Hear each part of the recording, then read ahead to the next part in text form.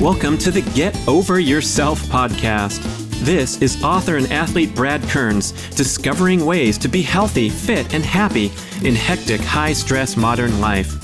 So let's slow down and take a deep breath, take a cold plunge, and expertly balance that competitive intensity with an appreciation of the journey. That's the theme of the show. Here we go.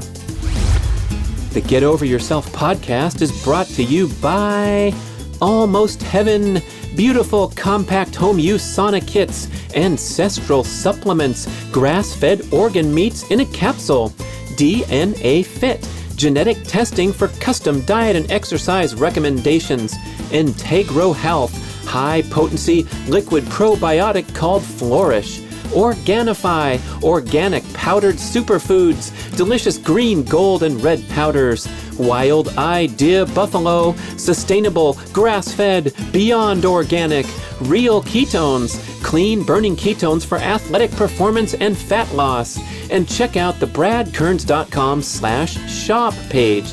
That's my personal selection of favorite products for health, fitness, and peak performance. And here we go with the show. We can talk about any compound that you want to talk about. If you look in the human body, it's doing something else bad somewhere else because it's not from our operating system, right? It's like people want to focus on the good thing because they want to sell supplements or because they want to pretend that there are these magical molecules that are going to make us live longer. And in fact, they're just not from our operating system. The fact that they could reverse atherosclerosis with that intervention is intriguing, and I think we need to say, okay, there's something there that's valuable. And I would argue that it was probably what they excluded rather than what they put in. And if you look at those people long term, I would suspect highly that they are going to get further illness. And that's what we see in plant-based communities. People develop autoimmunity, people develop depression, people develop nutrient deficiencies. So in the short term, a plant-based diet that removes artificial processed foods can be very helpful for people. But then in the long term, it's not sustainable, and that's where the real problem occurs, right?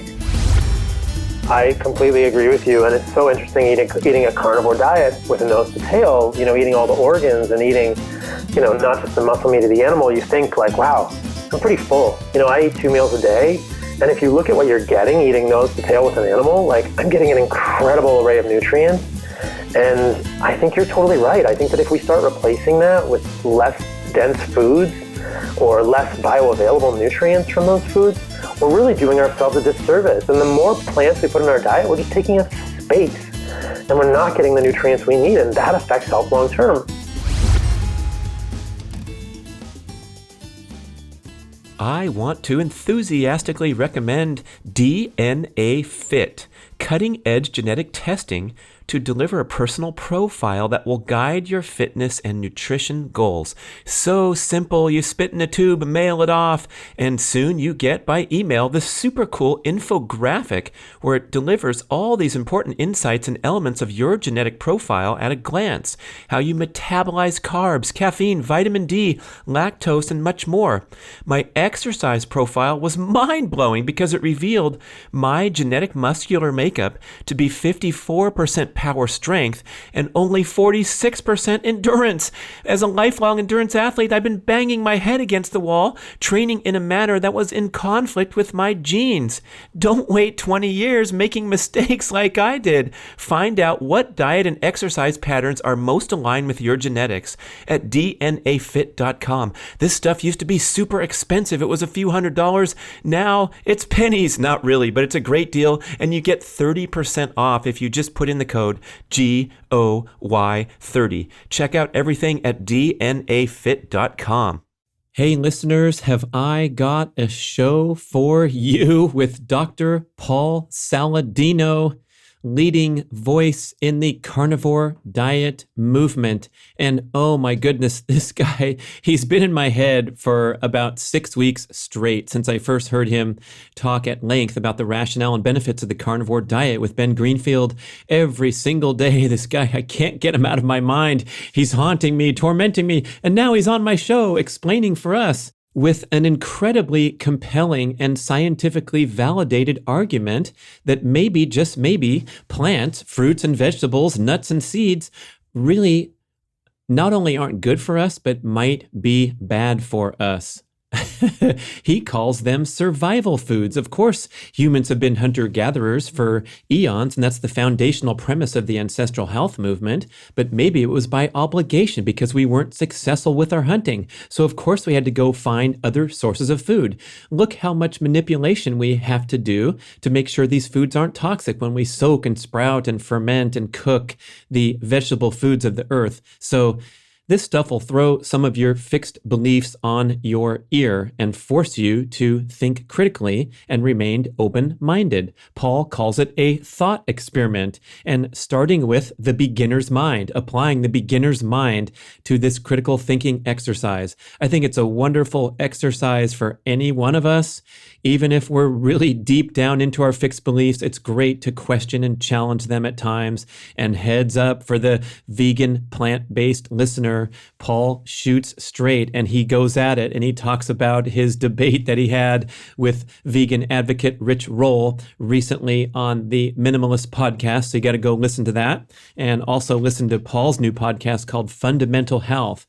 But whether you're suffering or complaining with a health condition right now, or you're someone like me who wants to go from level 7 or level 8 to level 9 or level 10, and I don't even know if there is a level 9 or level 10 because I've been eating a certain way my whole life, or I've been doing things a certain way. So expanding the mind, dreaming of new possibilities, and doing some experimentation. I think this is a compelling, thought-provoking journey into the world of carnivore eating, nose-to-tail animal foods.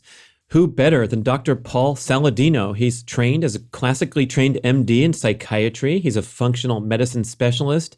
And he's such a cool guy. We connected immediately. So kind and open and generous with his time. He's en route from a move from the Pacific Northwest down to San Diego to catch some more waves, enjoy some warmer water, open up his functional medicine practice. What a privilege to go deep into one of the most intriguing dietary premises we have heard about in a long time. Dr. Paul Saladino, here we go. Dr. Paul, thank you for spending time with me. Good to be here, man. Of course. My pleasure. I am so excited because you've been in my head every single day for about 5 weeks now. I pulled the Ben Greenfield. You guys talked for a long time, got deep into it, and I realized that this whole carnivore diet, let's say, is an exercise in keeping an open mind and thinking critically, because we dismiss things out of hand. And Danny Vega told me about the carnivore diet about 2.5 years ago. He says, yeah, I'm just eating, everything I eat is from a cow for 30 days. And I'd taken my blood and it looks great. And I kind of scoffed at the notion because you're getting hit with something that's away from your fixed belief systems. And so now, thanks to the world of podcasts and the internet, we can be absorbing all these new ideas. And then what's our starting point? Just before we hit record, you were talking about how you got into debate with Rich Roll, and they did a show about it. So that's my lead in. I want to hear how that went, and what do you think about maintaining an open mind and thinking critically? Oh, I love it. And this is probably one of the things that I appreciate most about a carnivore diet, or just about medicine in general, is that,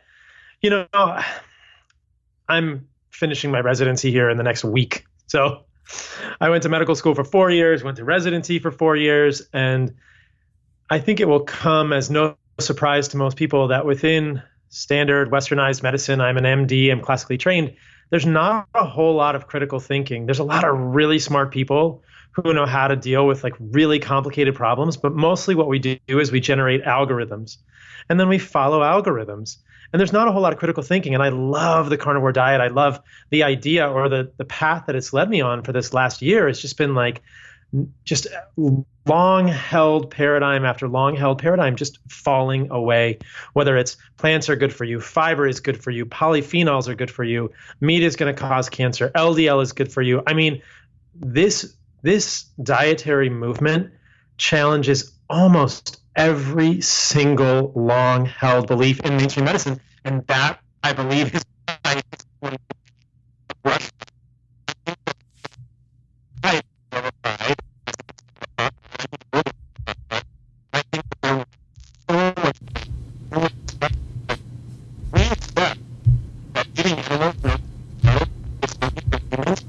we are really faced with with letting go of so many ideas in Western medicine. It is challenging to the core. And it's even challenging environmental things, I mean, like you were saying, I just went on the Minimalist. It's going to be out in June with Rich Roll, and we had a bit of a debate and discussion. And, I will say that I really felt like I was able to disabuse him of many of these notions. I mean, he's a great guy. I respect him greatly. He was under the impression, and I don't know that he would admit that he has changed his mind at this point, but he was under the impression that a vegan diet was better for the environment. And I had to really take issue with that and say, no, you just can't say that. That is not true. We can dig into it here if you want. But I mean, there was just something that people were posting the other day. White Oak Pastures in Georgia had a third party come out and certify them and look at their carbon emissions and the carbon cycling. And with their, agriculture, with their grass-fed raising of cattle, they are carbon negative.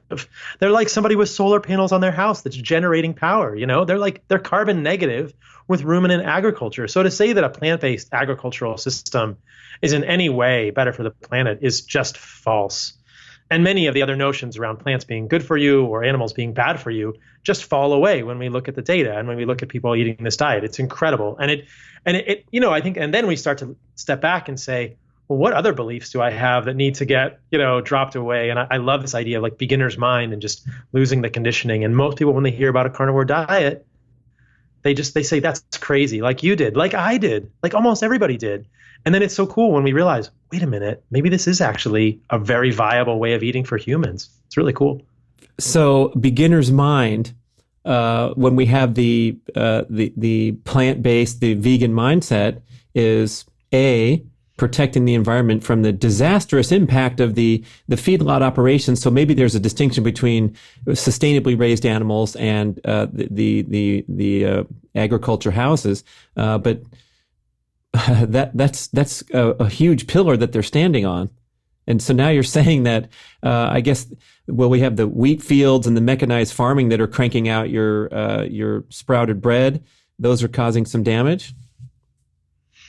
Oh, absolutely. If you look at the greenhouse gas emissions, I mean, plant agriculture is essentially even more damaging in terms of greenhouse gases than animal agriculture. And, Rich or vegans might counter and say, well, much of that plant agriculture is going to feed the cows. And I would say, no, 85%, of a cow's life is on pasture. They're not in feedlots from the time they're born. And so I don't believe that most of the agriculture is going to feed cows.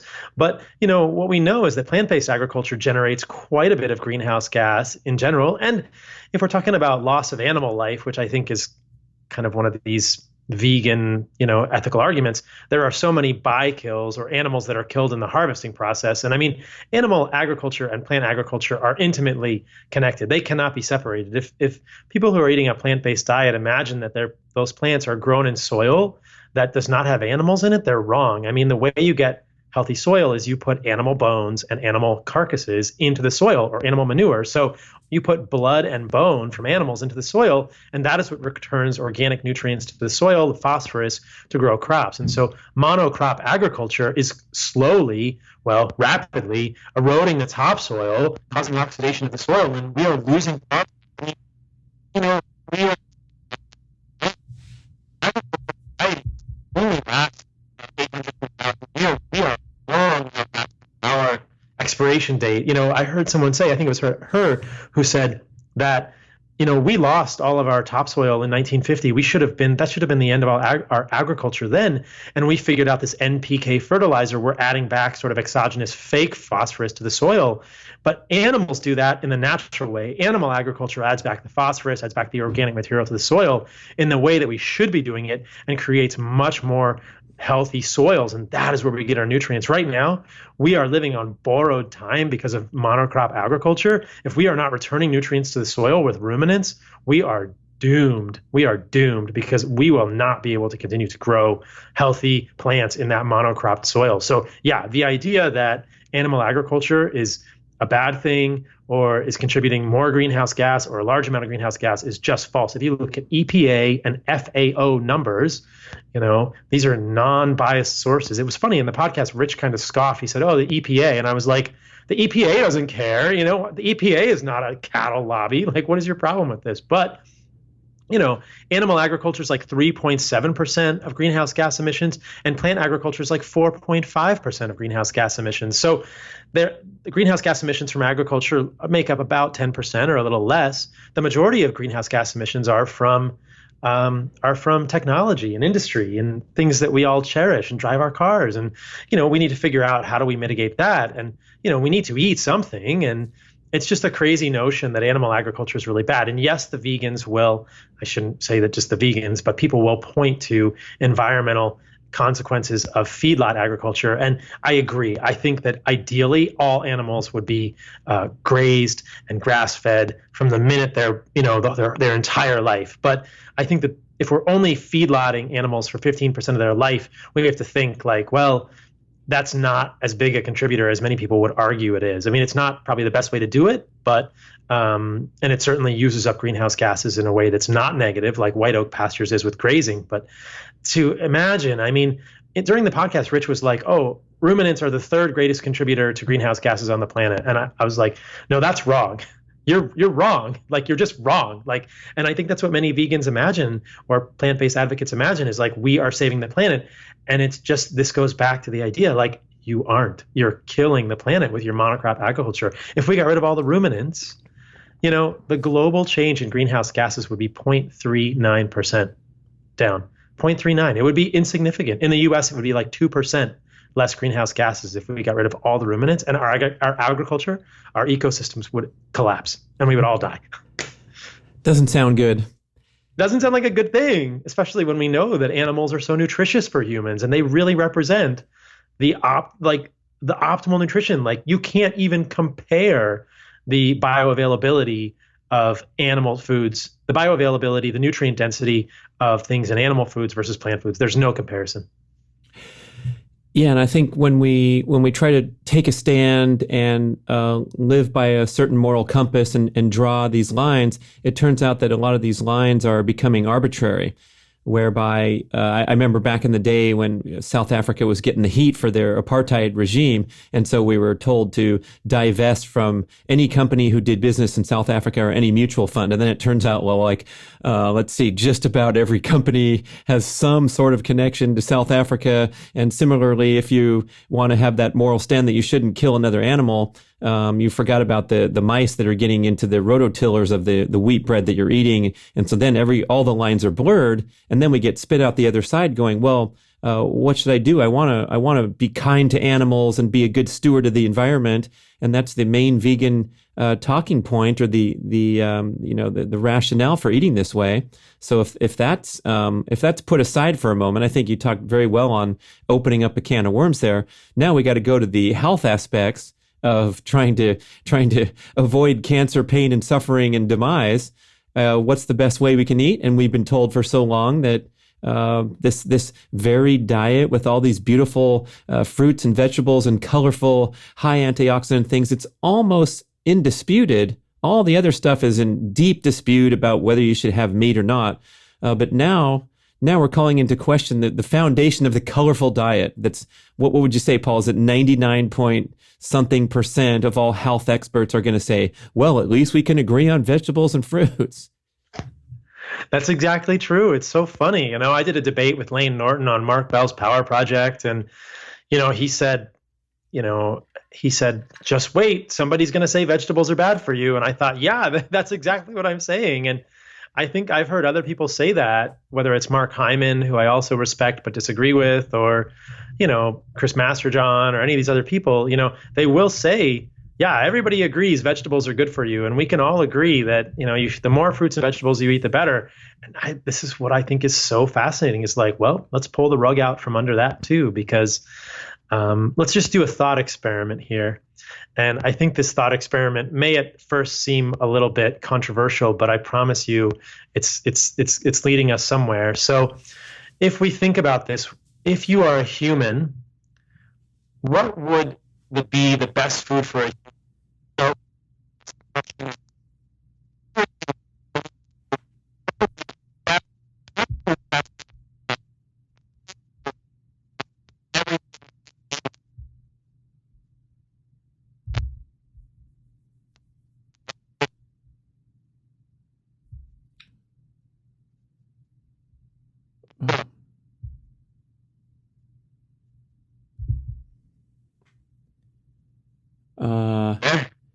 I'm losing you, man.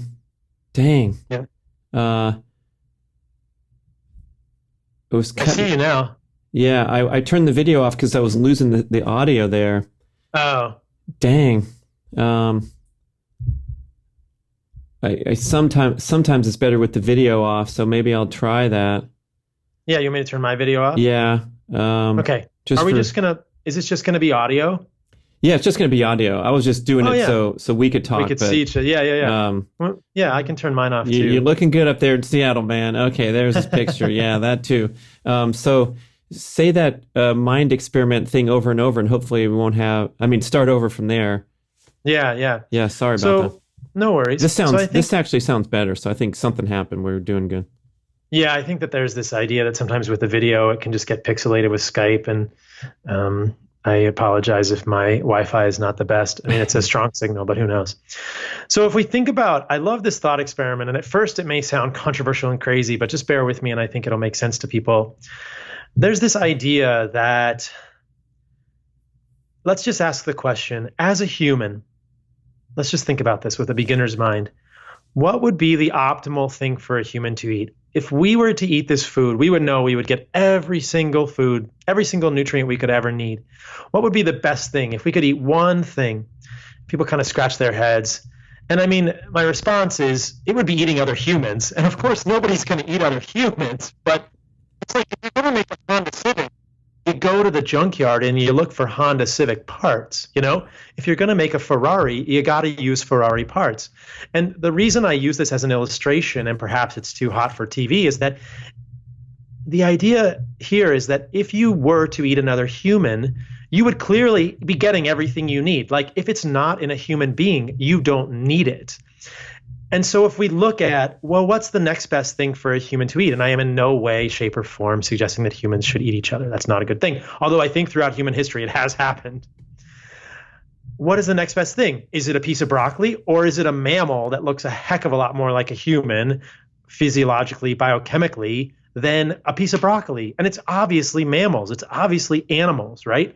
Animals are constructed in the same way as humans. Biochemically, we are essentially 99.99% the same. We do the same biochemistry. We do the same cellular respiration. We have muscles that work in the same way. We have bones that are built on the same matrix. We have organs that are the same. We have a heart. We have a liver. We have a pancreas. We have a spleen. Animals have phase 1 and phase 2 detoxification. So eating an animal is clearly the way for humans to get everything they need. And if it's not in an animal, why would we imagine that we need it? Because that animal is essentially the same as a human. Does this make sense? Is this too crazy? Oh, it makes sense. But I'm also wondering, is someone capable of countering this and saying, you're crazy, it's the broccoli that we need? Is there a possible counter to this? Well, I think that, if you extend the sort of thought experiment further, we say, just look at the bioavailability. Just take the bioavailability of nutrients in animal foods versus plant food. No.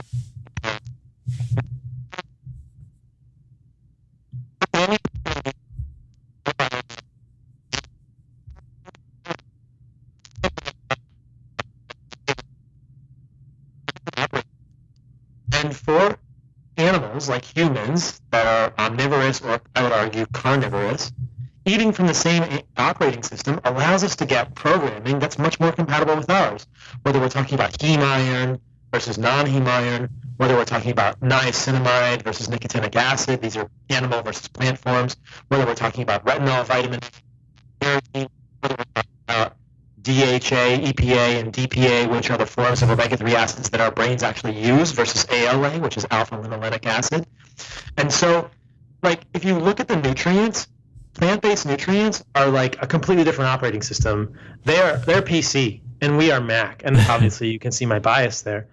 It's like the nutrients are in the same form that humans need, because they're making essentially something that is very similar to a human. They're making an animal. It's just like a human. It's the same thing, essentially, in terms of biochemistry. Of course, it looks a little different, but if you look at the biochemistry, our genetics are so equivalent. So all the nutrients are so much more bioavailable in animals. There's no question. It is very, very hard to get the nutrients we need from plants. And, plant-based advocates would say, you can get the omega-3 you need from alpha-linolenic acid.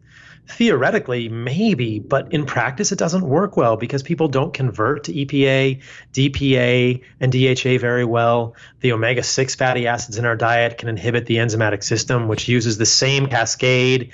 And so people on plant-based diets usually don't get enough of EPA, DPA, and DHA. So this sciencey discussion of converting the oils is paramount to human health because there's few things more important than omega-3s, right, Paul? Yeah, I mean, the omega-3s are important, and I think we don't know how much we should be getting of them. Many people believe that it was our increased access to omega-3s like EPA, DHA, and DPA that allowed our brains to grow big, and that's just a theory. It may have also been increased access to fat calories. But this idea of omega-3s really mirrors what I was just talking about, the concept that if you compare the bioavailability of plant foods versus animal foods, there's no comparison. There's just no comparison. And why are we surprised at this? Animal foods are from the same operating as humans. Animals' biochemistry looks just like ours. And so whether we're talking about niacin or other B vitamins or vitamin A or omega-3s or other nutrients, it's very similar when we're getting it from animals, and we can use it so much more easily than it is when we get it from plants. If we're trying to get omega-3s from plants, we're stuck with getting alpha-linolenic acid, which is very poorly converted to EPA and DPA and DHA. And I am saying DPA. Many people haven't heard of that omega-3, and often it's not even in omega-3 supplements, but it's an omega-3 that's in a lot of animal-based foods and is very important for humans as well.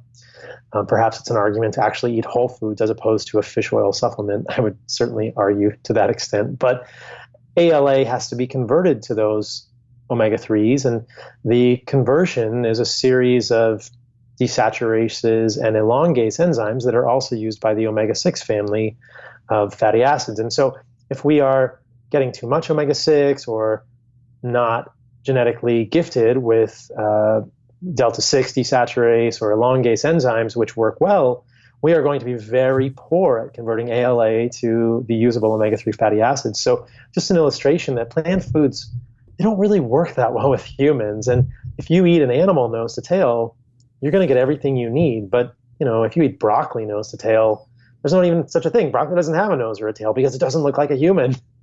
And you're going to be so deficient in so many different nutrients. So if you're trying to construct a diet that's plant-based, you have to work incredibly hard to get all the nutrients that you're going to have to make a human function well. And even if you're doing that and you are the best plant-based eater on the planet and you're getting everything you could possibly need, you're going to have to take supplements because you can't get any B12, and there's essentially only one source of zinc in the plant-based kingdom, et cetera, et cetera. But all the nutrients that you're getting, or the majority of them, are in forms that are inferior to animals, and you're just not going to be able to absorb them as well. Iron is another great example. It's just heme iron is so much more absorbable from animals. So animal foods are clearly the source of the most bioavailable nutrients for humans. It's not even a question versus plants. Now, would there be some individual variation with the genetically fortunate person who's standing on the top of the mountain, pounding their chest, saying how awesome it is to live a plant-based lifestyle? Are these the fortunate few where this really is working better for them than the next person whose gums start to recede and their hair starts to fall out when they go into plant-based? Yes, I think there is genetic individuality. And, one of the things I've said before is that plant-based foods are survival foods. And it does appear clear that there are some people. These talking points are so elegant, man. I mean, it's kind of there might be some people crying right now to hear that, but it makes so much sense that a survival food's an important term, and when you're trying to survive and you haven't killed an animal for a while, that's great. Go pick your berries and pull your tubers out of the ground. But to put them in that category, that's where we start to expand the mind here and go on. The survival foods. Yeah, I mean, plant-based foods are survival foods. And it gets back to this idea of humans as what I would argue are facultative carnivores. And that's just this concept that rather than being obligate carnivores, which are animals like lions and tigers that must eat animals all the time and cannot eat plants under any circumstances, since we evolved from herbivorous animals, primates, we have this sort of neat little trick in our back pocket. If we're not hunting well enough and we're not killing animals, we can eat some plants, but we probably shouldn't be eating plants long term. They're really just survival foods. They're clearly second order foods. And if you look at indigenous cultures, they'll say this repeatedly, that they only eat plants when there isn't any quote unquote real food around. And so my strong concern with the plant-based movement is that plant-based eaters, people that are eating a lot of their diet from plant sources, even, people in the functional medicine community who are adopting highly plant-based diets, you're making the majority of your diet survival food. Why would you not just make the majority of your diet the most optimal food for humans, which is pretty clearly animals? And we can get into the arguments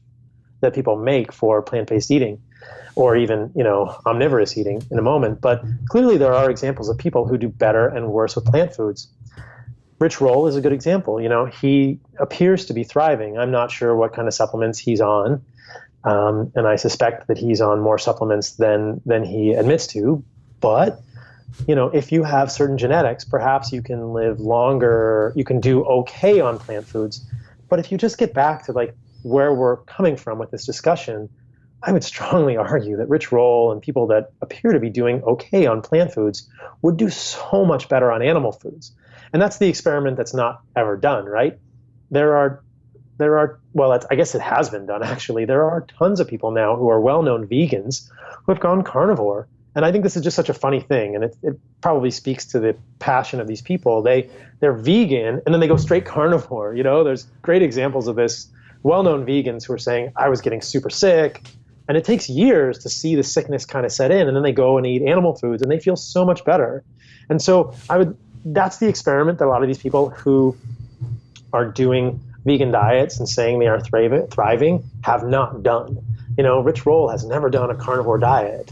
He looks back to his history and says, I was an out of shape lawyer but he was eating standard American diet. So we have to be careful what experiment we're looking at here. Standard American diet to vegan diet, sure, people might see some benefit. They might lose some weight, but show me the person that's done vegan to carnivore and feels worse, or carnivore to vegan and feels better. Like, well, I've never heard of that happen.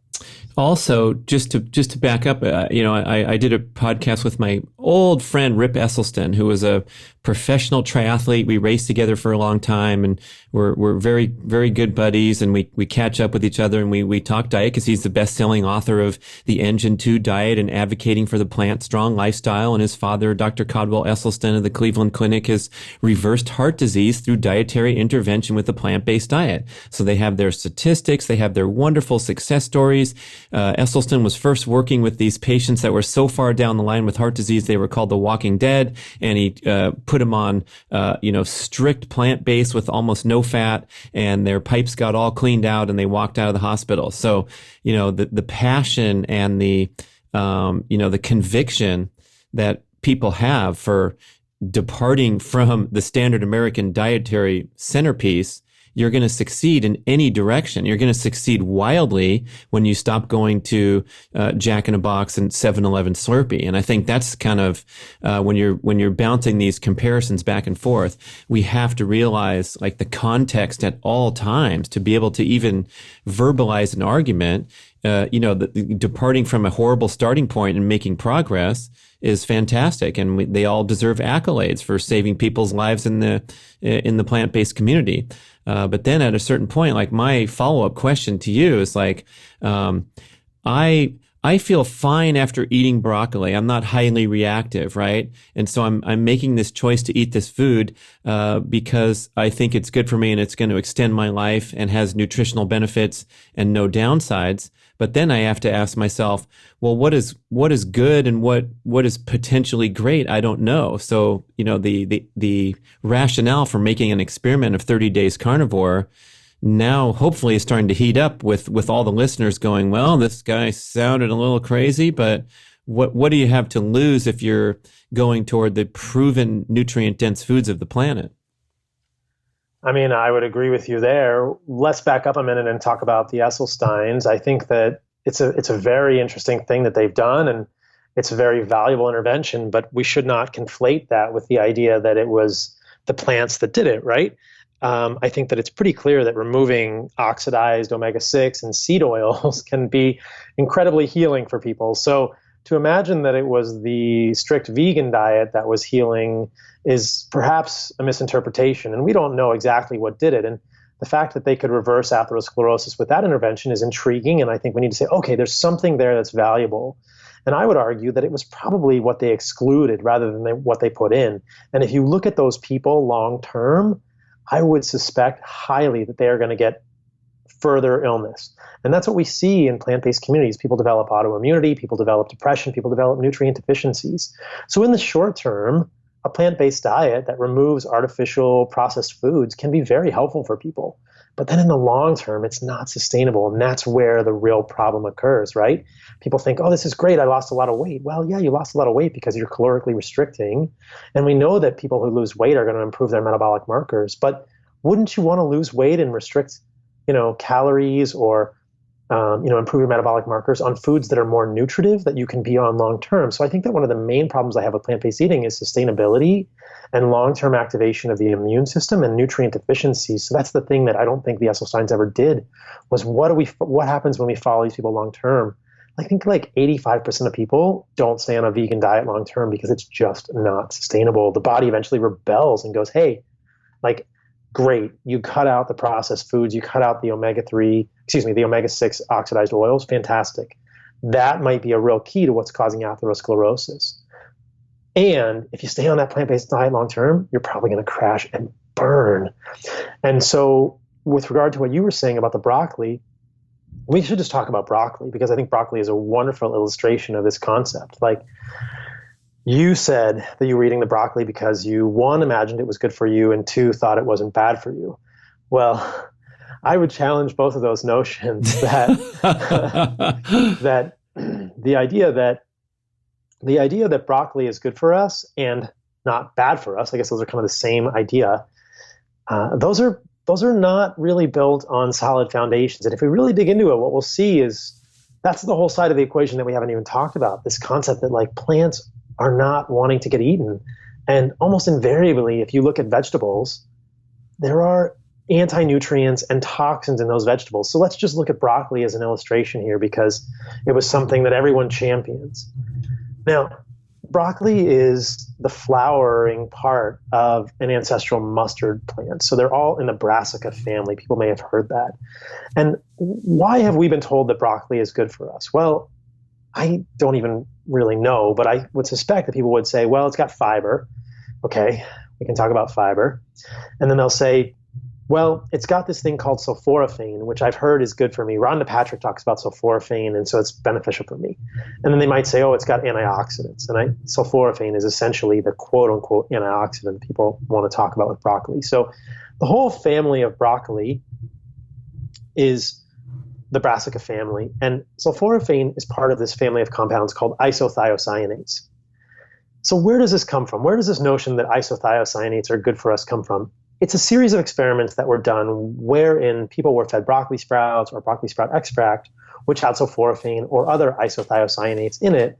And in a controlled experiment, they were able to see that DNA damage was lower in those people. Okay, so that's just this sort of controlled experiment. And that's true. If you give someone sulforaphane, you can show in cell culture or in the human that the DNA damage is lower. So let's explore why this happens. This happens because of a process called hormesis. And hormesis is a process where a small amount of a toxin may be good for us. Now, in this case, sulforaphane is clearly a toxin, and I don't think people realize this. Sulforaphane isothiocyanates are toxic molecules. These are plant defense molecules. And I'll show you why in a second. When we ingest sulforaphane, it doesn't have any unique role in the human body. It doesn't do anything in our biochemistry. Our body detoxifies it immediately through the NRF2 pathway. And it does a few other things in the body that are damaging, and we'll talk about those. But it's this process of detoxification of sulforaphane through the NRF2 pathway that generates an increase in the enzymes in our body that make glutathione. And then glutathione moves through our body acting as an endogenous antioxidant. And that's what improves DNA damage. However, this effect of sulforaphane is not unique. we can generate glutathione on our own, and we can achieve optimal antioxidant status without any sulforaphane. There are studies that I've noted in my Instagram and on other podcasts about cold water swimmers in Berlin. If you have cold exposure, if you have heat exposure, if you exercise, all of these are hormetics that are not molecular hormetics. They're environmental hormetics. And these are part of what I would call living a radical life. So if you do these things, you can increase your glutathione normally, and you can achieve optimal antioxidant status without these exogenous plant molecules pushing up your glutathione. Well, at this point, somebody might say, well, why wouldn't I do both? And here's the rub. Here's the most important part. And this goes back to what we were saying with different operating systems, is that even though sulforaphane, as an illustration of this concept, is doing some good things in your body, potentially, by increasing glutathione, it's also doing damaging things. And this is what no one ever focuses on in the research, because the research will only focus on the DNA damage. It will not focus on the fact that sulforaphane, while it circulates in your body, also competes with iodine at the level of the thyroid and can induce hypothyroidism. So you are hurting your thyroid by taking sulforaphane. And sulforaphane, because it's a known oxidant, also causes oxidation of lipids in membranes in your body, creating the same compounds that oxidized omega-6 fatty acids can cause in your body, namely 4-HNE and acrolein, which have been shown to be correlated with things like atherosclerosis. So we have to remember that isothiocyanates, like sulforaphane, are oxidants. They are not antioxidants. If we are getting a benefit from them, we are only getting a benefit because they increase our endogenous antioxidant system. And I would argue strongly that that effect is not unique, and that there are collaterally damaging things on the back end: iodine, oxidation of other fatty acids, potentially other negative things with our genetics. This whole family of isothiocyanates, which also includes molecules like allyl isothiocyanate, have been found to also damage DNA directly. They cause DNA breaks. This is called clastogenesis. And why are we not surprised? Because broccoli is not an animal. Broccoli doesn't look like a human. Broccoli doesn't make sulforaphane for humans to eat it. It makes sulforaphane to discourage animals from eating it. This is what we're not thinking about. We have to just think about this with a beginner's mind. Like, broccoli doesn't want to get eaten. I've joked about this on my Instagram. Kale doesn't love you back. It's trying to hurt you because you're killing it. And if we just back up one more step and look at sulforaphane as a pro-oxidant molecule, the molecule sulforaphane or allyl isothiocyanate do not exist in the plant because they are so pro-oxidant. They would kill the plant. They would create free radicals in the plant. So what the plant does is it stores those molecules in safe precursor forms. And we see this in plants repeatedly. These precursor molecules that combine with an enzyme, in this case the precursor molecule is glucoraphanin, the enzyme it combines with is myrosinase, and those two only get together when an animal chews broccoli. So if an animal chews broccoli, then sulforaphane gets made and the plant says, I'm going to get you, animal. You're eating me. I'm going to create this toxic compound. I'm dead, but I'm going to discourage you from eating my friends, right? That's what the plant is doing. We see the same thing with cassava. And the process is that linamarin, which is the precursor in cassava, combines with linamarinase when the root is chewed, and you get hydrocyanic acid, which is hugely toxic. It's a cyanogenic glycoside. If people are familiar with cassava, they'll know that it's a root that's been used repeatedly, and they have to detoxify the heck out of it. Humans spend so much time detoxifying cassava because it's frankly toxic. And we see this pattern with plant foods throughout human evolution. If we are going to eat plant foods, our ancestors have always gone to great lengths to detoxify them. And that's because they're survival foods, right? Like we can't eat them easily. So like soaking the nuts, and so forth. Fermentation, look at acorns, soaking, fermentation. Yeah. And if you look at what's been done with brassica vegetables, they've traditionally been fermented into sauerkraut and kimchi and all these other things. Well, what does that do? The fermentation process degrades the glucosinolates. It degrades the isothiocyanates. So that's what our ancestors were doing. They were saying, hey, if we're going to eat cabbage, we're going to get rid of these toxic things, because clearly we know there are toxic things. And so in the end, you're left with essentially mush, right? You're like, okay, at that point, you're eating the plants for macronutrients, not for micronutrients, because people should not imagine that they're getting any antioxidants or any of these isothiocyanates from fermented foods like kimchi or sauerkraut, because those have all been detoxified. right? But people don't realize this. Basically, when you're eating sauerkraut and kimchi, you're just getting mush. You're getting macronutrients. You might be getting some carbohydrates, right? But you're not getting any of the nutrients that people imagine they're getting. And we can talk about the probiotics, and that's a whole different story. But that's what our ancestors did. They fermented beans. And this is when they were like, hey, we have hunted the animals to extinction. We can't get animals. We better figure out how to eat these plants. Well, you better detoxify the heck out of them because they're not good for you. So hopefully that example with broccoli kind of helps illustrate what's going on here. And I'm supposing that we can go down the line now with our wonderful pomegranates and blueberries and have a similar story of these being sort of hormetic stressors to the body. And for those of us who are getting a little glazed over with the scientific dives, I mean, the essence of it here is that we're eating something that creates a stress response in the body. It's not a terrible long-term one where we're going to get sick, but that brief natural hormetic stressor we know from, primal living, just like jumping in the cold water and getting out, you get a hormone boost, you get apparently an antioxidant boost, or a boost in the internal manufacturing of antioxidants because you've eaten a plant poison. Is that sort of a layman's summary of what you just talked about? Yes, you can get a hormetic boost from eating the plant poison, but remember the other thing that people don't talk about, that those plant poisons they'll get us in the end. You may get a hormetic boost in terms of glutathione, but if you look carefully, and we can talk about resveratrol, we can talk about curcumin, we can talk about any compound that you want to talk about. If you look in the human body, it's doing something else bad somewhere else because it's not from our operating system, right? It's like people want to focus on the good thing because they want to sell supplements or because they want to pretend that there are these magical molecules that are going to make us live longer. And in fact, they're just not from our operating system. Why do you need something from a plant? Look at an animal. It's just like you. Everything you need to be a healthy animal is in that animal. And if you try and eat things from plants, they're just going to hurt you in the end. You may get a little glutathione, but it's going to have other negative effects that you can't avoid. So I would argue they're all net negative. And check this out. If you look at studies that have been done with fruit and vegetables, I love these. There are actual fruit and vegetable intervention studies that have been done.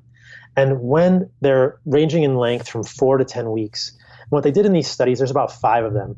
They took people and they divided them into 2 groups. And one group ate a bunch of fruits and vegetables on the order of like a number of pounds of them a week. And the other group had 0 or a very small amount of fruits and vegetables. Like they had groups of people who ate no fruit and vegetables for 10 weeks, right? And they had another group that was eating 5 to 6 pounds of fruit and vegetables per week, right? A huge amount. And included in that fruits and vegetables were things like apples and oranges and brassica vegetables, Jerusalem artichokes and broccoli, all the things we've been told are very beneficial. They outline which fruits and vegetables they want people to eat. And at the end of 4 weeks or at the end of 10 weeks, they looked at oxidative stress, DNA damage, and markers of lipid peroxidation. And what do you think they found? No difference. No difference. So the idea, and in one study they found worsening, right? There's an incredible study that I can give you the title of if people want to read it, where they found worsening of oxidative stress parameters when people ate flavonoid-rich vegetables. And in the other studies, they found no difference, suggesting the notion that fruits and vegetables are benefiting you from an oxidative stress or DNA damage long-term has never been supported by an interventional study with fruits and vegetables. This is mind-blowing, right? You can take the sulforaphane and you can look at it in cell culture, or you can just look at DNA damage short-term. But when they do the interventional studies, there's no benefit. Why are we eating them? And then the other thing is, even in these studies, they're not even looking at the way that the vegetables could be negative. They're just looking at the things that they thought were going to show benefit, because these are the people, they wanted to say, hey, look, eating fruits and vegetables improves DNA damage. It improves your oxidative stress markers. Lo and behold, they couldn't show that. It didn't change it. And people will say, well, it didn't make it worse. And well, there is one study that shows that it was worse. And then I would argue that they didn't look at the right outcomes. They also didn't look at thyroid function. They didn't look at overall iodine levels. There are so many metrics that we can look at for a human, but if we look at overall health, there's no evidence that fruits and vegetables are beneficial. And people are going, then why the heck am I eating them? I don't know. Uh-oh, we just got one of our soundbite quotes right there. This is really, hopefully people aren't dropping off the line, like on a live show. Oh, okay, line 7's open now. But if you're still with us, if you're still listening now, and tripping out like I am, it also occurs to me, Paul, that there's an opportunity cost to reflect upon here, whereby I can only eat so many calories per day, right? I don't want to blow up like Violet Beauregard in Chocolate Factory. So if I'm going to use my budget wisely for the amount of nutrition I want to get into my body, anything outside of the incredible nutrient density of the animal foods is going to have an opportunity cost, even if it's a net neutral. Like someone wants to argue back when you're down the street and shopping at the store that there's a benefit from having these fresh blueberries. Boy, and then you're starting to load your plate up with vegetables as we've been taught to. Pretty soon we're eating less of the salmon eggs and the pastured eggs and all the great things that we know have the most concentrated sources of nutrition. I completely agree with you. And it's so interesting eating a carnivore diet with a nose to tail, eating all the organs and eating, not just the muscle meat of the animal. You think like, wow, I'm pretty full. I eat 2 meals a day. And if you look at what you're getting, eating nose to tail with an animal, like I'm getting an incredible array of nutrients. And I think you're totally right. I think that if we start replacing that with less dense foods or less bioavailable nutrients from those foods, we're really doing ourselves a disservice. And the more plants we put in our diet, we're just taking up space and we're not getting the nutrients we need. And that affects health long term. And it affects health long term because we're not getting the nutrients we need and because of these anti-nutrients in plants. And one of the most radical ideas of a carnivore diet is that these anti-nutrients in plants go beyond these so-called antioxidants, which are actually plant pesticides, and extend to things like lectins and oxalates, which are directly damaging humans. And I would argue that plant foods are probably one of the major causes of autoimmunity. So not only are we decreasing our overall nutrient density, we are creating immunogenicity in our diet. We're triggering the immune system. And I think it's important here because you've talked about blueberries a few times to make the distinction between fruit and vegetables. So let's just talk about plants in general. So we could make a pretty fairly accurate statement to say that the most toxic part of a plant is the seeds. And that includes seeds, nuts, grains, and legumes. And so even people on paleo diets might be surprised and say, oh, I thought seeds and nuts were good for me. Well, no, they're actually still seeds, just like grains and legumes. And those are highly defended. If you look at the amount of sulforaphane precursors in broccoli, where do you think it's the highest?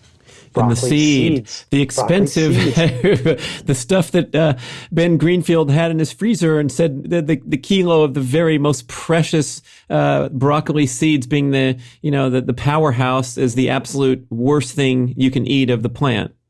And why wouldn't it be, right? The plant doesn't want you to eat its seed. You're killing its babies. And right. So when you say protective, you're talking about the plant's defense mechanisms that are going to be offensive to the human consuming it. Yes. Or other animals consuming it. And so there's a few pieces to kind of discuss here, but yeah. And so the next most defended part of a plant is a sprout. And then you get into like the roots and the stems and leaves, and those are not quite as defended, but they're still defended. And then the least defended part of a plant is the fruit, because generally the plant, I would argue with fruit, the plant is using us. The plants have outsmarted us because plants and animals have been co-evolving for millions of years. Plants want the fruit to get eaten, so they generally don't make the fruit directly toxic. But that's a very different distinction to make from making the fruit directly toxic to making the fruit beneficial for humans. So the plants are going to put a whole bunch of sugar in the fruit, and I would argue this is sort of like plant pornography. The plants are using us. They're making a very sweet, seductive, attractive thing that doesn't really give us any long-term benefit. There's no good long-term relationship there, like this is not a good partnership. This is not a long-term relationship. This is just a fling with you and the plant. And you say, oh, that fruit is really good, but it just leaves you in the morning, right? There's no long-lasting benefit from the fruit. The plant is using us.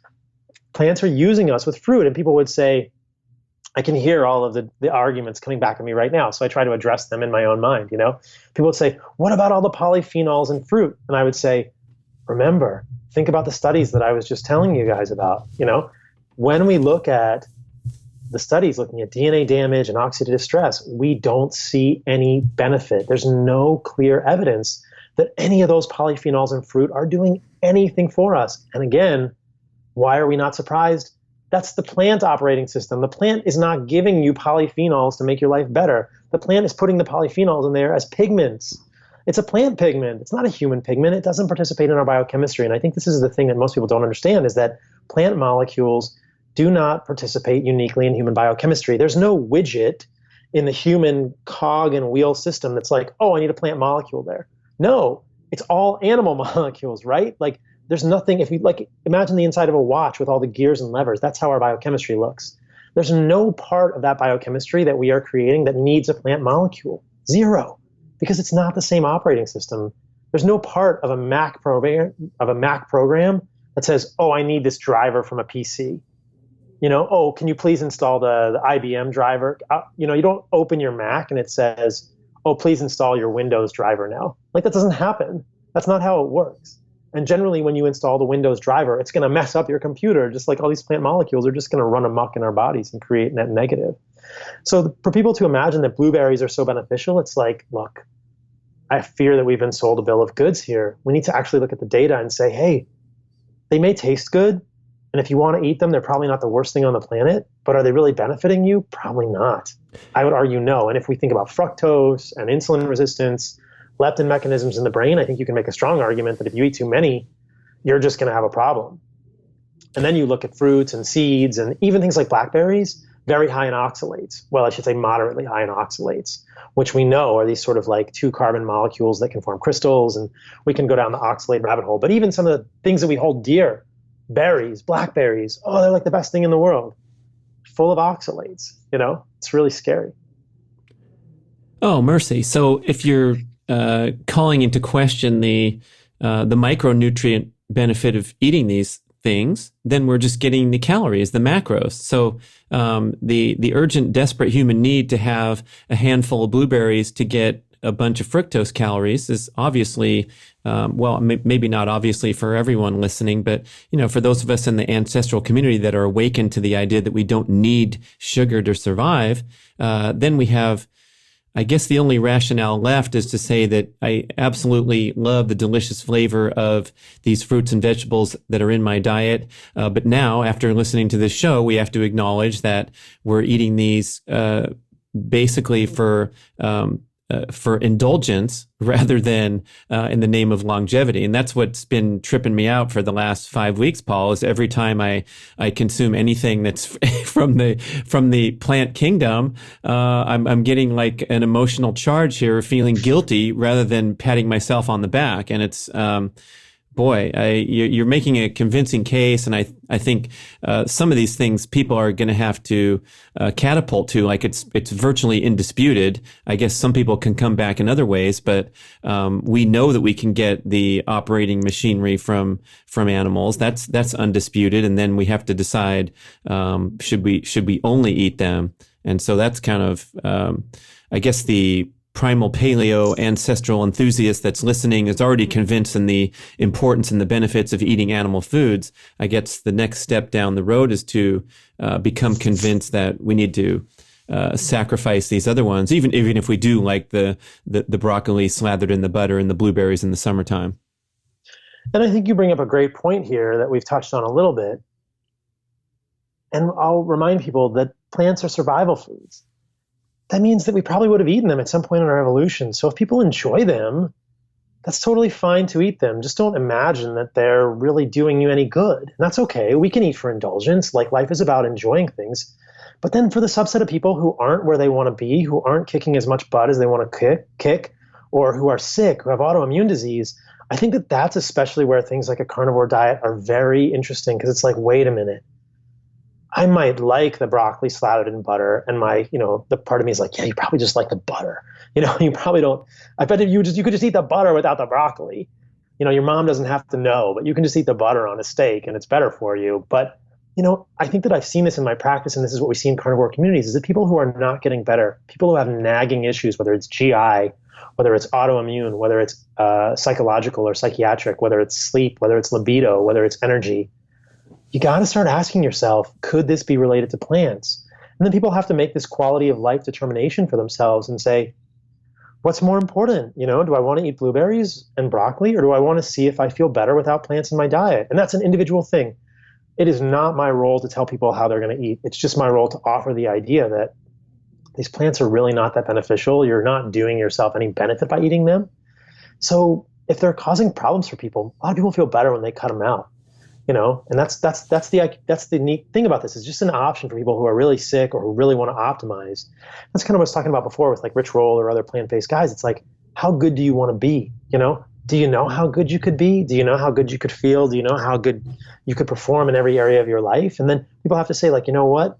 That's amazing. Maybe they'll do it and they'll do a carnivore diet and they say, I felt amazing, but you know what? I want to have some blueberries with my daughter. That's awesome. Do that. It's totally fine. It's not going to kill you, But if people are really sick with autoimmune disease or inflammatory disease, I just want people to know like, hey, the plants can be causing this. The plants can cause this, and give people another option to get better. And I've heard this time and time again in my own practice that like people will say the carnivore diet was the single best intervention I ever did. It was the most powerful thing, especially for people with inflammatory bowel disease or GI issues, constant gas, bloating, diarrhea, small intestinal bacterial overgrowth.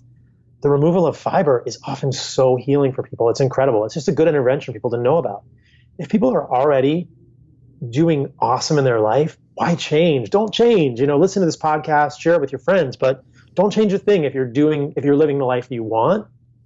But if you want to be better, or something is nagging, or someone that's sick and isn't finding improvement, or they're seeing a functional medicine doctor and they're on 35 supplements, which I would argue is the worst thing ever, you got to know there's hope. There's other things out there. And I think this is why the carnivore movement is so powerful, especially from my perspective, because it offers this really basic kind of reset for people. Just go back to your most basic, optimal, primal foods and start there and see how you feel. And then you can add foods back in if you want, or if they make you sick, don't add them back in, but you got your health back, or you made a really important step toward that. That's the option. It gives us such a powerful lever to pull. Like if we just know, and I'm writing a book and I talk about this in the book, if we just know what's written in the operator's manual, if we know what's written in the user manual, it says, hey, your basic diet is eating animals nose to tail. If all else goes wrong, just do that and see how you feel. Like that's the first sentence of the user manual in the chapter that says, what the heck do I eat? That's the first sentence. And people can return to that and say, hey, I'm so confused about food. I'm sick. I'm not doing better. I'm eating paleo. I'm eating primal. I'm eating keto. I still feel shitty. There you go. There's your answer. And you see it time and time again. People with like lupus or rheumatoid or fibromyalgia or, really bad psoriasis, and they're not getting better, keto, paleo. It's like, hey, maybe the plants are triggering that. And they're not really doing anything beneficial for you, so you can get rid of them. Well, I don't know about you, but I don't know anybody in that category who is super awesome and I think there's three categories. You're either sick, suffering, complaining, right? You got excess body fat, you got some autoimmune, something's just not quite right, or you have a desire to further optimize. And so I'm kind of speaking for this group here where I want to be the best I can be. And if you tell me that this is how I should eat the rest of my life to guarantee that I'm going to live to 123 and break world records in the years ahead, I will dutifully comply. Without regard to losing my enjoyment of the weekly slice of cake or whatever you're telling me to eliminate.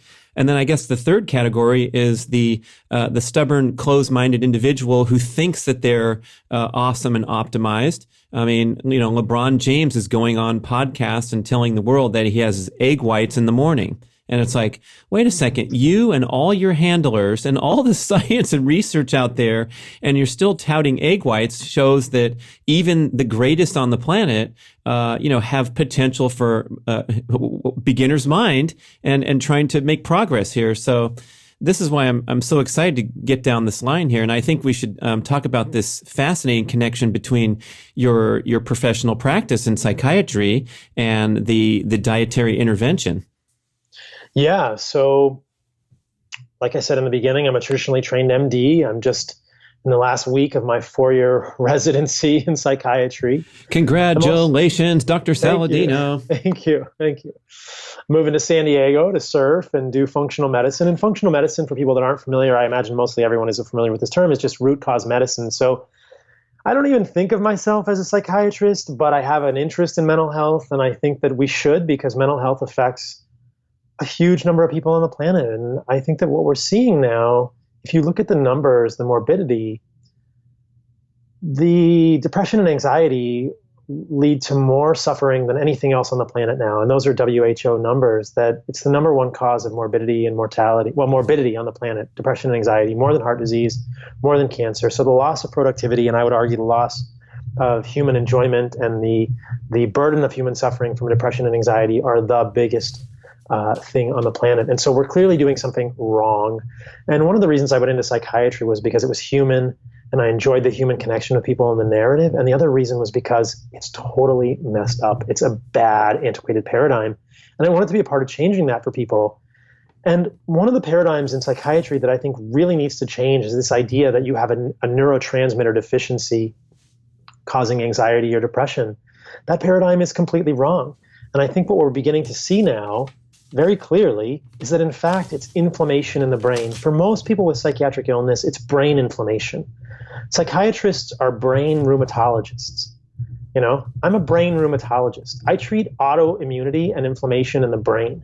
But most psychiatrists don't think of it, right? That's what they don't imagine. They don't realize, whoa, you've got an autoimmune disease in your brain. You've got inflammation in your brain. And that looks like cytokines. That looks like macrophages being activated. That looks like chronic inflammatory illness in your brain. And that's why it's so hard to function. That's why your brain feels broken. That's why it feels like your brain is on fire and you're irritable. You don't sleep. You have bad libido or any of these other things because your brain is inflamed. Just like your skin can be inflamed with psoriasis or eczema, or your joints can be inflamed with rheumatoid arthritis, or your face can get a rash with lupus, or you can get other, autoimmune inflammatory illnesses in your body. That's what your brain is doing in depression and anxiety for the majority of cases.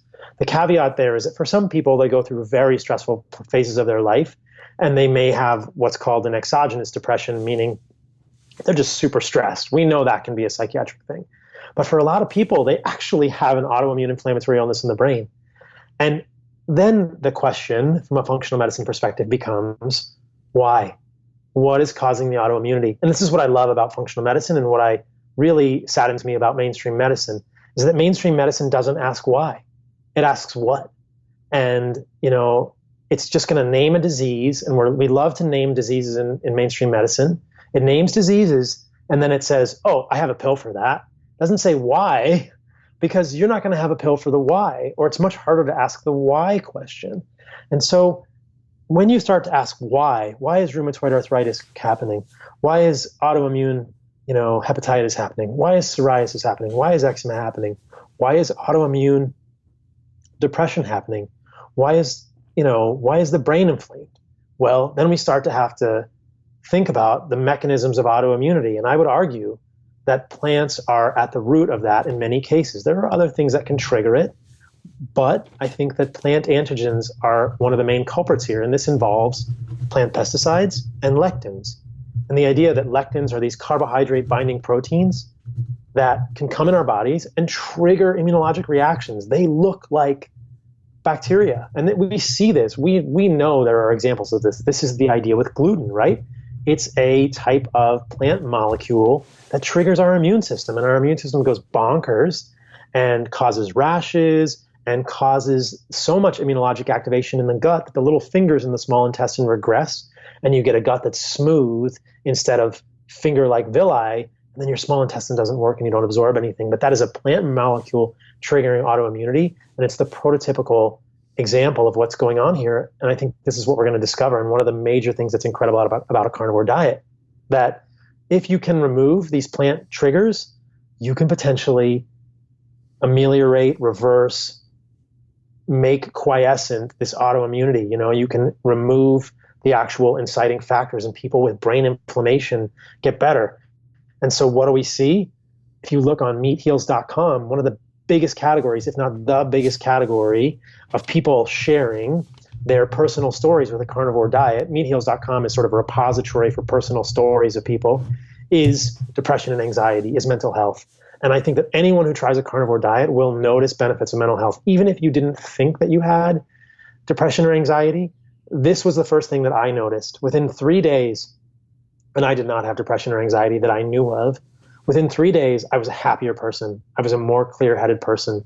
People might say, oh, it's the ketones. Well, I was actually doing honey for the first week of my carnivore diet because I didn't want to conflate ketogenesis with actual removal of plants and plant toxins. And I found benefits even when I wasn't in ketosis.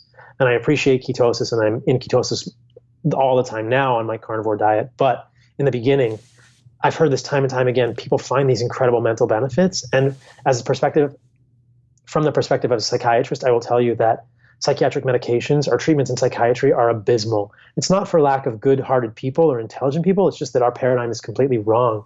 And I have seen people improve with anxiety in ways that I've never thought possible in psychiatry, when they remove plants and remove the triggers and they correct this from an autoimmune lens. So I think for people with psychiatric illness, this is an incredibly powerful tool. And even for people who don't know that their brain isn't functioning optimally, or they're not as happy as they could be, they're just a little more irritable than normal. This is what I call the are you going to yell at somebody in traffic test, and you get much stronger. You get emotionally resilient, or that was my experience, and I've heard other people echo it as well. Like, I'm much less likely to yell at somebody in traffic now.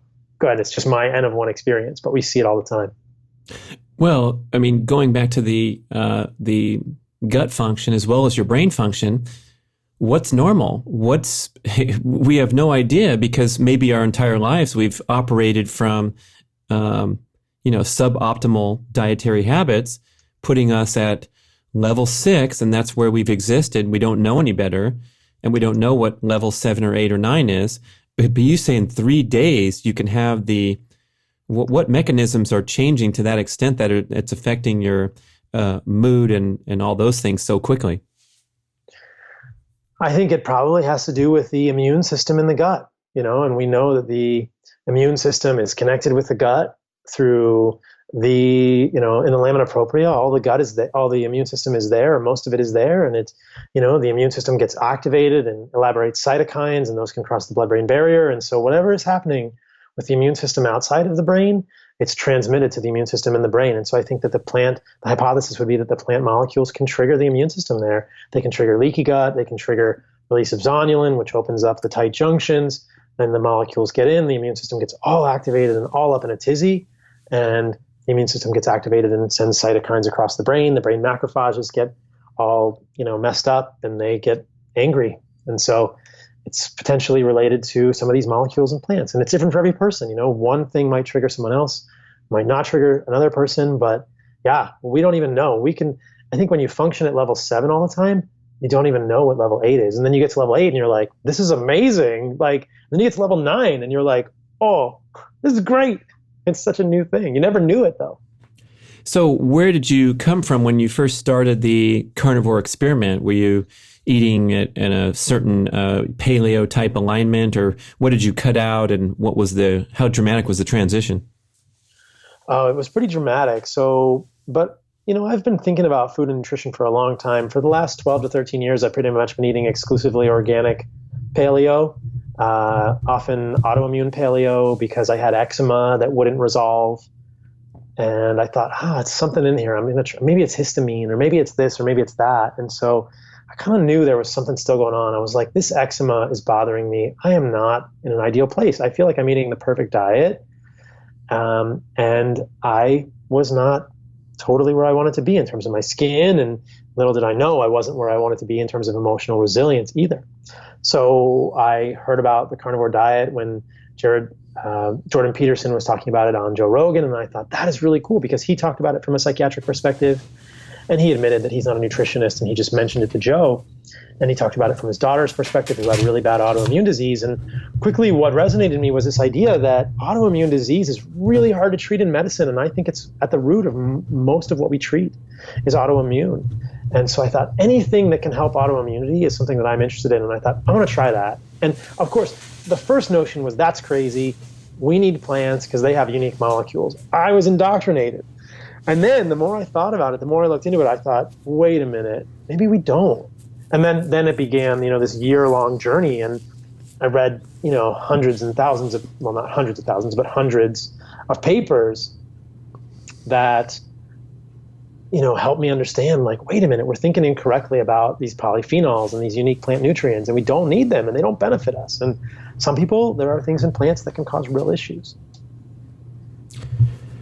Whew, the smoke is the smoke is clearing here, man. You've hit us with some mind-blowing, life-changing insight. Can we hit some like one-off points here, like some of the common objections, and just cover through some of this, Paul?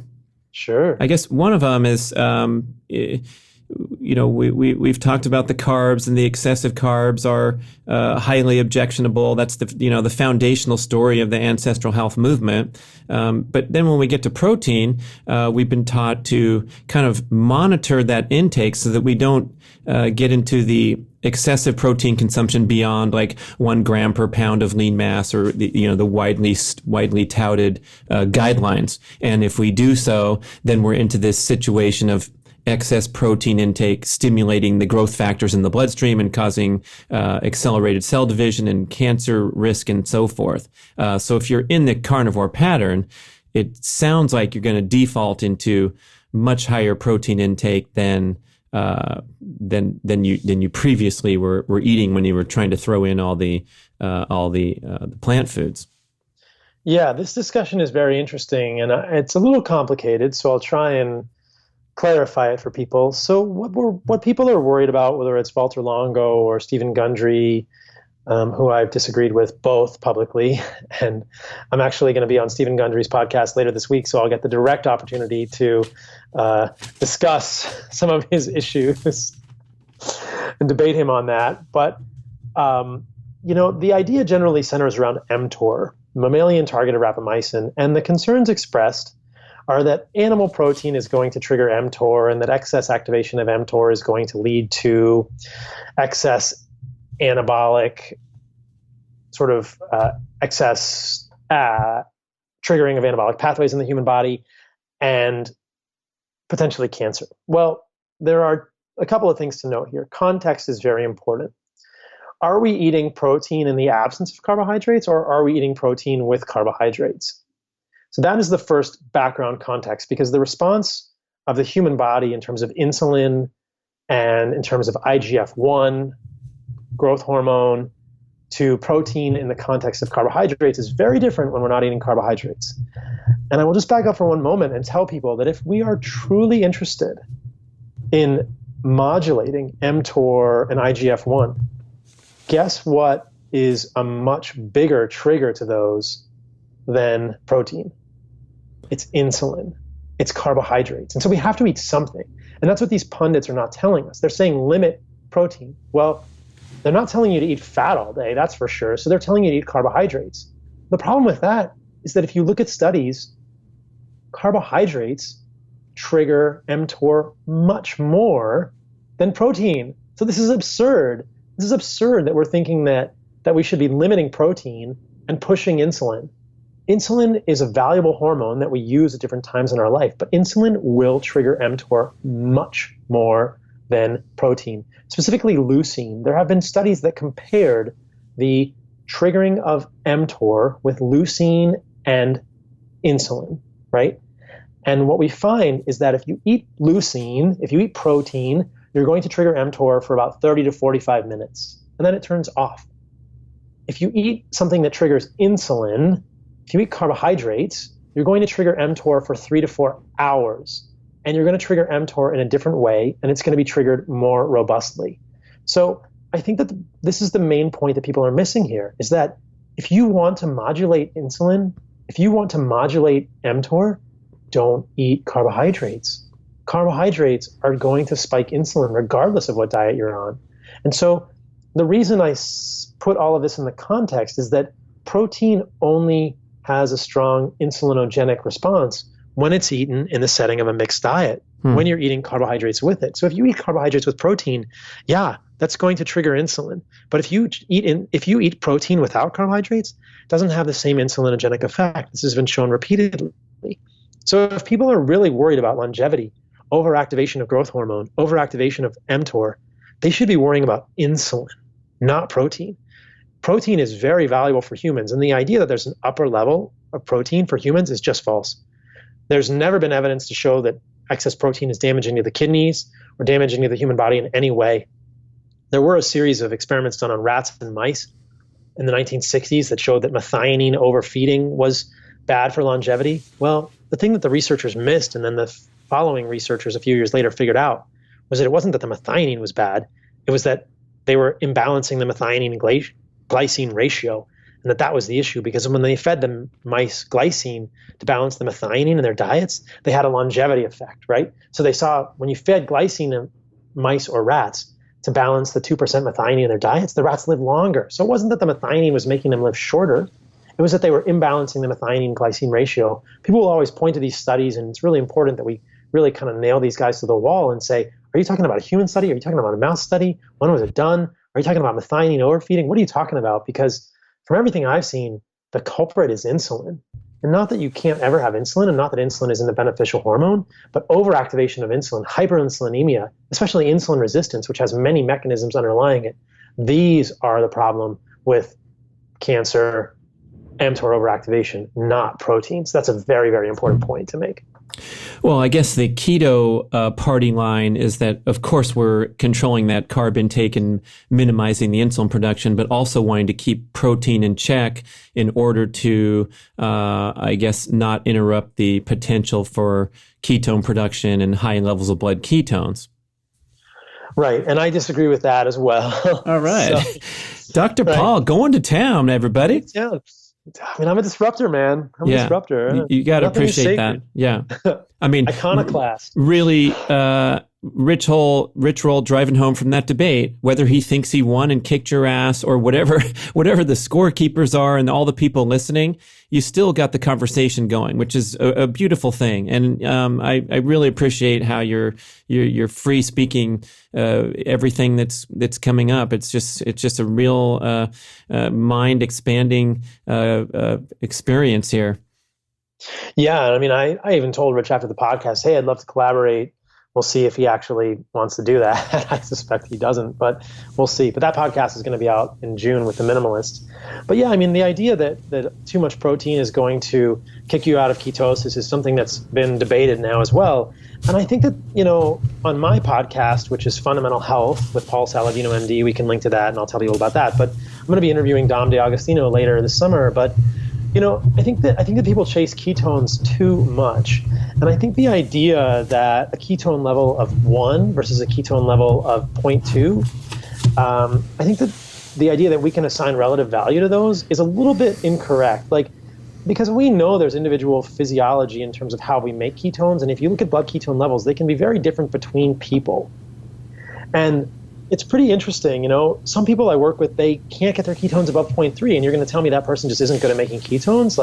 No, it's something else going on. We're either using the ketones to make, we're taking them down the mevalonate pathway and we're making cholesterol with them, which is a good thing, or something is going on with those people that can't make the same levels of ketones. So I think we get too tied up chasing ketone levels. And I think if people are in ketosis, it's a switch. You're either in ketosis or you're not. And eating a lot of protein is not going to flip the ketone switch off. It may lower your ketone levels a little bit, but it's not going to it's not going to flick the switch off. Right. Well, I strongly agree with that, because when I was doing the research with Mark Sisson, we were working on the Keto Reset Diet, which was one of the first keto books, and we didn't know nothing about this. So we had the beginner's mind going, and I am, fasting, restricting my carbohydrates like I never have before in my life, doing my ambitious workouts, pricking my finger after an 18-hour fast and not many carbs before that, and getting low numbers, and then having to figure out what's wrong with me? How come I can't go on social media and put up, these high values, and, learning about ketone flux from Dr. Kate Shanahan, where you're making whatever level of ketones you need to supply your brain with fuel at that time. And if you get more efficient as an organism, you might show lower ketone numbers because you're not wasting them and, in a panic from not having access to, let's say, your muscles not being able to burn fat well. And then you get further down the road and the numbers are less and less meaningful of anything. And this is what I think is true as well, that we shouldn't chase ketone numbers, that it's a switch, right? If you look at the physiology, in order to make ketones, you have to have, insulin low, fatty acid lipase is high, you do beta oxidation, and that physiology does not change if you eat protein. If you eat more protein, you may do a little more gluconeogenesis. You may get some glucose. Your ketones may go down, but the underlying ketone switch does not change. And so you're still in ketosis. Your ketone numbers may be lower, but the problem here that people run into in the keto community is that protein is very valuable for human. It's not the only micronutrient or macronutrient, but it's a very valuable macronutrient. And if we look at animals, a lot of the micronutrients in animals are found in the muscle meat. And if we just eat the fat, we're only getting the fat-soluble micronutrients. We need to be getting fat-soluble and water-soluble micronutrients. So a lot of people on ketogenic diets find that they lose muscle mass because they're restricting protein too much. So I think it's important to eat a lot of protein and then also to kind of, to also add into your diet healthy animal fats. And I would argue, like actual animal fat, tallow, things like that, or where we're going to get these fat-soluble nutrients. So you need to eat both. And restricting protein is a bad idea for all kinds of things. I would argue for longevity from the standpoint of muscular health, bone health. We know that lean muscle mass is correlated with longevity and robustness as people age. If we limit protein, as we age, we're going to become sarcopenic. We're going to lose muscle mass. We're going to generate more fat mass. We're going to become frail. We're going to get hip fractures and we're dead. So protein is super important as we age. That's so important. Well, it also occurs to me if you're eating plenty of protein in a carnivore pattern and you're trying to lead a healthy, active lifestyle and get barreled down at Trestles or Black's Beach or wherever you're, putting the effort in. And I put a lot of effort into my surfing because I'm kind of crappy at catching the wave. So it's mostly like a paddling exercise out there. A lot of calories are burned. But it occurs to me that you're going to engage gluconeogenesis in a beautifully elegant manner to continually restock glycogen because you're eating plenty of protein. Does that make sense there?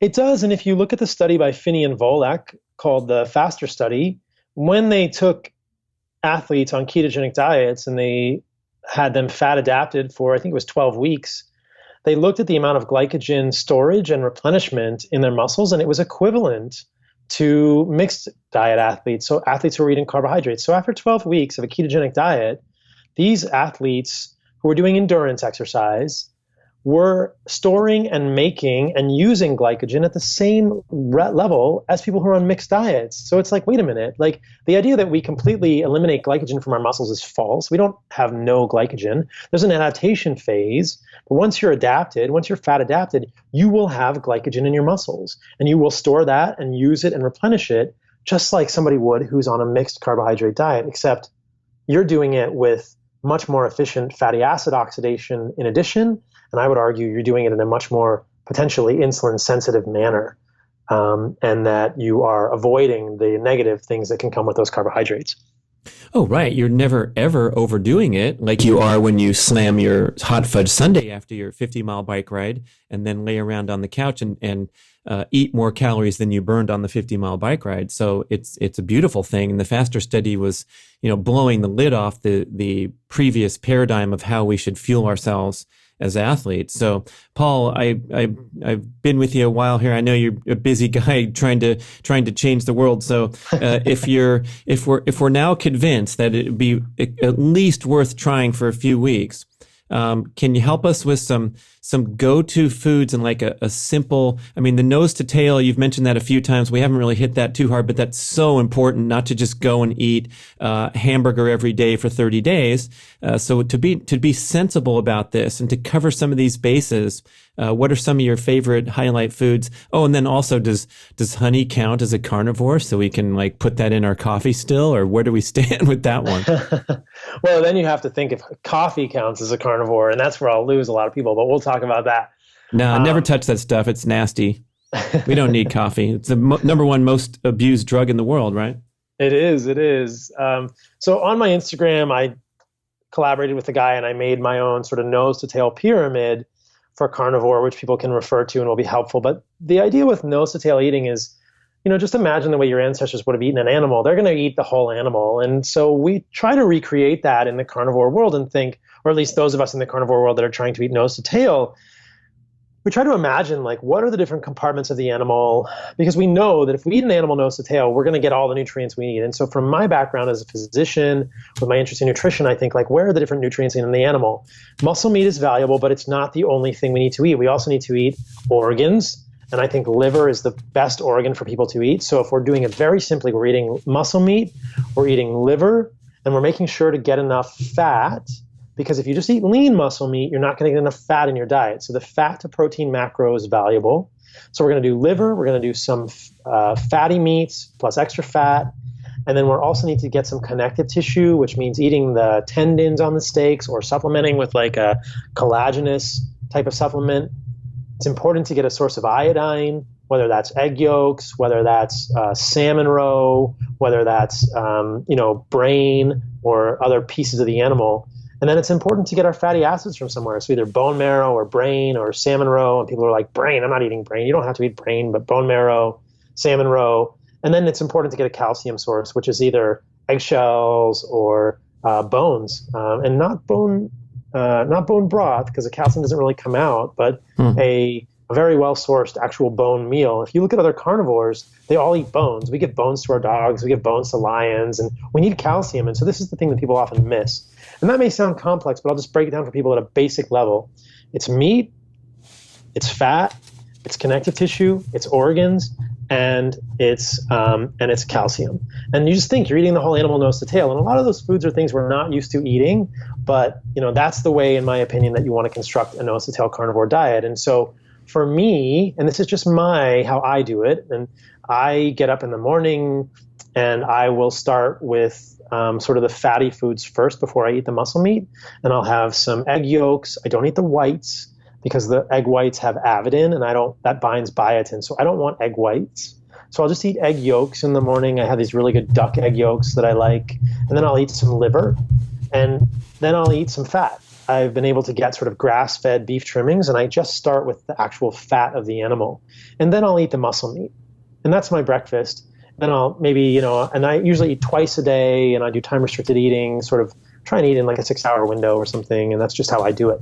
My dinner looks kind of the same. I'm trying to get those same things. I might throw in some salmon roe, and then I'll get, in the evening, I'll do some calcium, whether from bone meal or eggshells. That's pretty much how I eat. And people might say, oh, that sounds boring or that sounds different. But again, I would say, think about the beginner's mind here. Think about, like, you're hunting an animal. What is it going to look like when you're eating it?